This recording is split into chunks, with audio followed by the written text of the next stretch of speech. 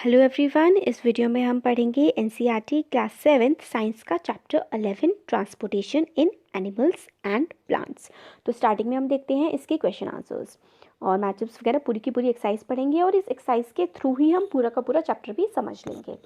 तो मैचिंग में है स्टोमेटा। स्टोमेटा को मैच किया गया है ट्रांसपिरेशन से। तो जो स्टोमेटा होता है लीव्स में प्रेजेंट होता है और इसका काम क्या होता है, स्टोमेटा का काम होता है ट्रांसपिरेट करना, मतलब जो ऑक्सीजन होती है और वाटर होता है वो सारा का सारा लीफ से बाहर को निकाल देना। ये आप बिल्कुल लेमन लैंग्वेज में, सिंपल लैंग्वेज में समझ सकते हैं। ऑक्सीजन को और मतलब ऑक्सीजन को और किसको, वाटर को प्लांट की लीफ से बाहर निकाल देना, ये काम होता है स्टोमेटा का और इसको हम बोलते हैं ट्रांसपिरेशन।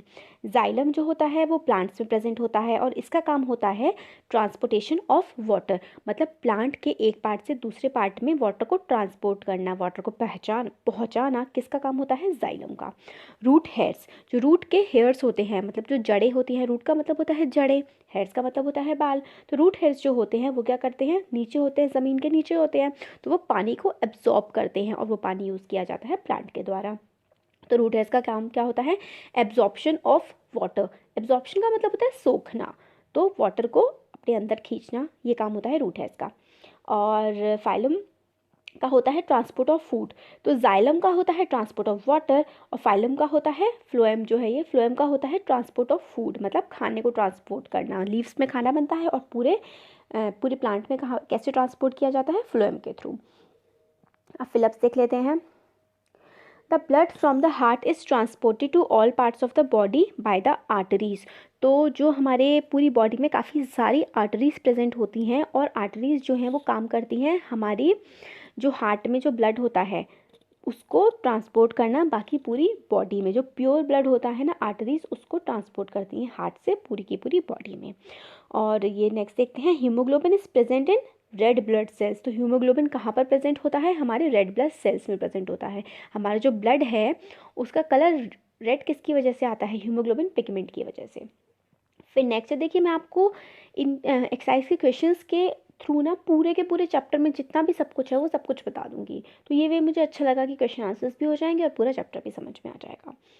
तो arteries and veins are joint by a network of capillaries. तो आर्टरीज होती हैं जो प्योर ब्लड लेके जाती हैं, मतलब आर्टरीज जो हैं वो हार्ट से प्योर ब्लड लेके जाती हैं पूरी बॉडी में, वो होती हैं हमारी आर्टरीज। और वेन्स जो होती हैं हमारी बॉडी से जो मतलब इम्प्योर ब्लड होता है वो प्योर करने के लिए ले जाया जाता है हार्ट में। तो आर्टरीज और वेन्स जो जॉइंट होती हैं, मिली हुई होती हैं, कैसे, by a network of capillaries के through. Rhythmic expansion and contraction of heart is called heart beat. Rhythm, कोई भी चीज़ रिदम में होती है ना तो वो एक बार के बाद दोबारा से खुद को रिपीट करती है, जैसे कि टिक टिक टिक टिक टिक टो, टिक टिक टो। तो मैं बार बार टिक टिक टो बोल रही हूँ ना, एक रिदम बना रही हूँ, मैं एक चीज़ को बार बार रिपीट कर रही हूँ, तो इसी को बोलते हैं रिदमिक। ठीक है, तो एक्सपेंशन का मतलब होता है फैलना, कॉन्ट्रैक्शन का मतलब होता है सिकुड़ जाना। तो हार्ट बीट जो होती है इसमें रिदमिक एक्सपेंशन और कॉन्ट्रैक्शन होता है हमारे हार्ट का, एक बार सिकुड़ता है और एक बार फैलता है, तो इसको हम बोलते हैं हार्ट बीट। फिर नेक्स्ट है the main excretory product in human beings. जो मेन एक्सक्रीटरी प्रोडक्ट होता है, एक्सक्रीट का मतलब होता है कोई भी चीज़ को बाहर निकालना, जो वेस्ट मटेरियल होता है ह्यूमन का उसको जो हम एक्सक्रीट करते हैं, उसका जो सबसे इंपॉर्टेंट एक्सक्रीटरी प्रोडक्ट होता है वो होता है यूरिया। और जो हमारा स्वेट होता है उसमें क्या होता है, sweat contains water and salts. Sweat में पानी होता है और कुछ काफ़ी सारे सॉल्ट्स होते हैं। फिर अब हम देखते हैं क्वेश्चन आंसर्स के। तो क्वेश्चन है, why is transport of materials necessary in plants and animals. तो जो ट्रांसपोर्ट है मटीरियल्स का वो प्लांट्स और एनिमल्स में क्यों नेसेसरी है, क्यों ज़रूरी है। तो इसका आंसर है, in plants and animals, the transport of materials is necessary as every cell needs a regular supply of nutrients and oxygen for releasing energy through respiration. तो plants और animals में ज़रूरी है ट्रांसपोर्टेशन ऑफ मटेरियल, मतलब एक material का एक स्थान से दूसरी जगह पहुंचना, उसको कहते हैं ट्रांसपोर्टेशन। इसलिए ज़रूरी है क्योंकि हर सेल को क्या ज़रूरत होती है, एनर्जी की ज़रूरत होती है। और एनर्जी किस लिए मिलती है, रेगुलर सप्लाई ऑफ न्यूट्रिएंट से, उसको न्यूट्रिएंट मिलेंगे तभी तो एनर्जी प्रोड्यूस होगी, और उसको ऑक्सीजन की भी ज़रूरत होती है। तो supply of nutrients and oxygen for releasing energy through respiration. तो रेस्पिरेशन के थ्रू रिलीज एनर्जी को रिलीज करने के लिए किसकी ज़रूरत होती है, न्यूट्रिएंट्स की ज़रूरत होती है। फिर animals need to transport food and water from intestine and oxygen from lungs to all other parts of body. तो एनिमल्स और ह्यूमन बींग्स जो होते हैं उनको ट्रांसपोर्ट करना पड़ता है फूड और वाटर, किससे, इंटेस्टाइन से करते हैं, और ऑक्सीजन जो है वो लंग से करते हैं, बाकी सारे के सारे बॉडी पार्ट्स में। फिर आगे ये बताते हैं कि animals need to transport the waste such as carbon dioxide, urine, sweat from where they are produce to parts from where they can be removed. तो एनिमल्स को ट्रांसपोर्ट करना होता है वेस्ट। पहले तो एनिमल्स को क्या चाहिए होता है, न्यूट्रिएंट्स चाहिए होते हैं, इसके लिए ट्रांसपोर्टेशन ज़रूरी होता है। फिर क्या होता है, जो हम न्यूट्रिएंट्स लेने के बाद जो वेस्ट मटेरियल बच जाता है उसको बॉडी से बाहर भी तो निकालना होता है ना, तो उसके लिए भी ट्रांसपोर्टेशन की ज़रूरत होती है। वेस्ट मटेरियल क्या क्या होता है, यूरिन होता है, कार्बन डाइऑक्साइड होता है, स्वेट होता है जो हमारे डिफरेंट बॉडी पार्ट्स में प्रोड्यूस होता है, और फिर एक्सक्रीटरी सिस्टम के थ्रू हम बॉडी से उसको रिलीज़ कर देते हैं। फिर अगर हम प्लांट्स को देखें तो plants need to transport the food from leaves, water and minerals to all other parts of the plant. तो प्लांट्स को भी ज़रूरत होती है जो फूड बनता है लीव्स में उसको पूरे के पूरे प्लांट की पूरी बॉडी में ट्रांसफ़र करने के लिए, और वाटर और मिनरल्स जो रूट में से वाटर सक करती है रूट ज़मीन में से, उसको भी ट्रांसपोर्ट करना होता है। फिर नेक्स्ट क्वेश्चन है, what will happen if there are no platelets in the body. अगर बॉडी में कोई भी प्लेटलेट्स नहीं होंगी तो हमारी बॉडी का क्या होगा। तो इसका आंसर है, if there is no platelets then there would be no clotting of blood. अगर प्लेटलेट नहीं होंगी तो ब्लड की क्लॉटिंग नहीं होगी। प्लेटलेट्स रिलीज़ करती हैं, platelet release blood clotting chemicals. तो प्लेटलेट्स जो है, हाँ, तो प्लेटलेट्स जो होती हैं वो रिलीज़ करती हैं blood clotting chemicals at the site of injury and prevent further bleeding. तो प्लेटलेट्स रिलीज़ करती हैं ऐसे केमिकल्स जिनसे ब्लड क्लॉट हो जाता है, मतलब ब्लड बहना बंद हो जाता है, और वो वहाँ पर रिलीज़ करती हैं जहाँ पर हमारी चोट लगी होती है, और जिसकी वजह से ब्लड क्लॉटिंग हो जाती है और ब्लीडिंग जो है, खून का बहना बंद हो जाता है। नेक्स्ट क्वेश्चन है, what are stomata, give 2 functions of stomata. Stomata क्या होते हैं और उसके 2 फंक्शंस हम लोग को बताने हैं।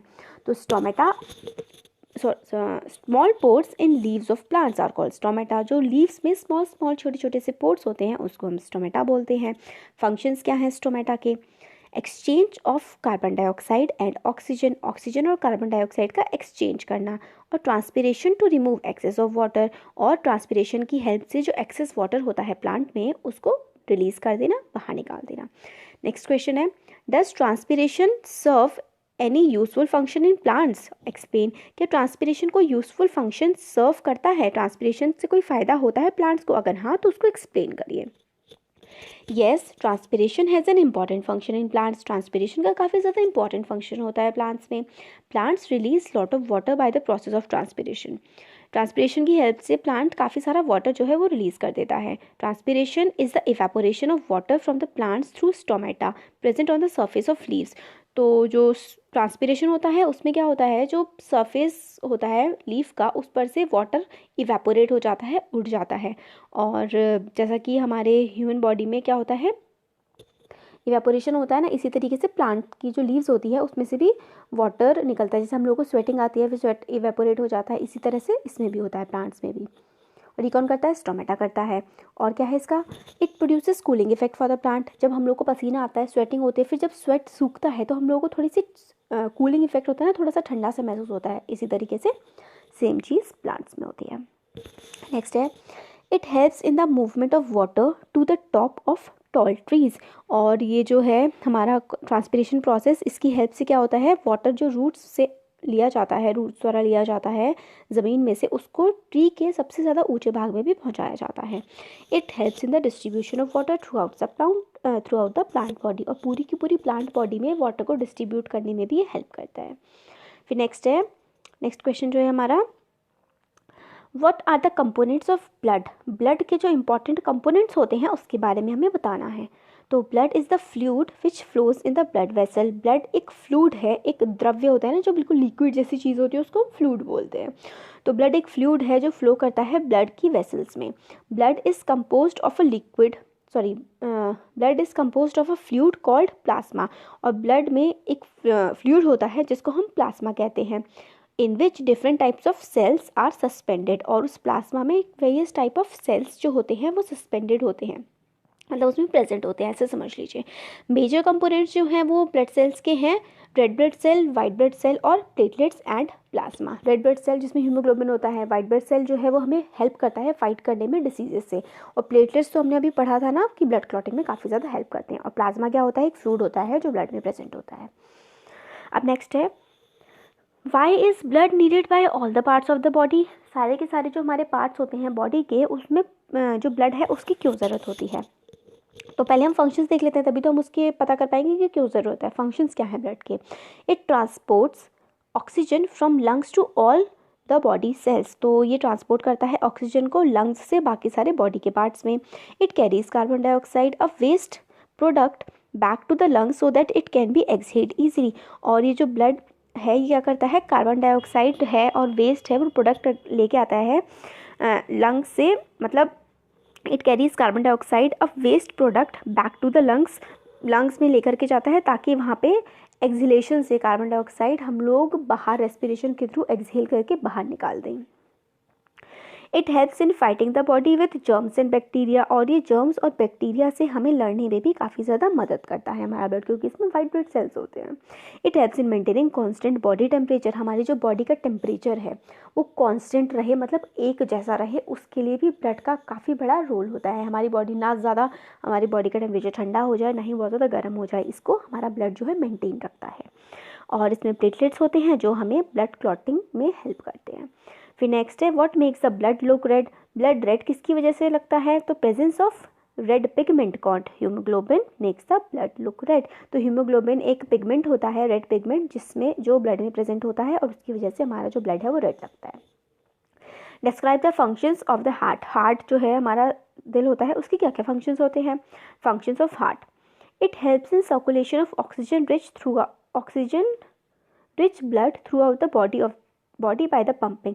तो ये क्या करता है, ऑक्सीजन रिच, जो ऑक्सीजन से काफ़ी ज़्यादा अच्छा जिसमें कंटेंट होता है ऑक्सीजन का ब्लड में, वो ऐसा ब्लड पूरी बॉडी में क्या करता है, ट्रांसपोर्ट करता है। कैसे करता है, through the process of pumping, pump करके। It receives oxygenated blood from the lungs, कैसे जो ऑक्सीजन वाला ब्लड जो है ट्रांसफ़र करता है, वो कैसे करता है, ऑक्सीजन वाला जो ब्लड होता है वो बनता है कहाँ पे, लंग्स में। लंग्स हार्ट को करता है और हार्ट पूरी बॉडी को करता है। It also pumps back the blood carrying carbon dioxide to the lungs, और ये जो हार्ट है ये कार्बन डाइऑक्साइड वाला जो है ब्लड वो लंग्स को ट्रांसफ़र करता है। It shows rhythmic contraction and relaxation for movement of blood, तो ये मैंने पढ़ लिया था, कॉन्ट्रैक्शन और रिलैक्सेशन करता है, इसकी वजह से ब्लड जो है वो मूव करता है। फिर नेक्स्ट है हमारा question, why is it necessary to excrete waste products, ऐसा क्यों ज़रूरी है कि हमें जो वेस्ट प्रोडक्ट होते हैं हमारी बॉडी के, उनको बॉडी से बाहर निकालना क्यों ज़रूरी है। तो इसका आंसर है waste product in various metabolic process sorry metabolic processes होते हैं, जो भी हम लोग वर्क करते हैं, हमारी एनर्जी जिसमें लगती है, वो सारे मेटाबॉलिक प्रोसेस होते हैं। तो वेस्ट जो प्रोड्यूस होता है हमारे मेटाबॉलिक प्रोसेस में इन आर बॉडी, हमारी बॉडी में, वो हार्मफुल होता है हमारी बॉडी के लिए, और अगर हम उसको एक्सक्रीट नहीं करेंगे, अपनी बॉडी से बाहर नहीं निकालेंगे, तो वो हमारी बॉडी को काफ़ी ज़्यादा हार्म पहुँचा देगा। इसलिए हम अपने बॉडी को हार्मफुल चीज़ों से बचाने के लिए वेस्ट मटीरियल को एक्सक्रीट कर देते हैं, और ये बहुत ज़्यादा इंपॉर्टेंट होता है। तो ये हो गया हमारा चैप्टर कंप्लीट हो गया पूरा। तो आपको कैसा लगा कमेंट सेक्शन में कमेंट करके बता सकते हैं। अच्छा लगा तो वीडियो को लाइक करिए, चैनल को सब्सक्राइब करिए और अपनी फ्रेंड्स के साथ भी शेयर करिएगा। Thank you so much.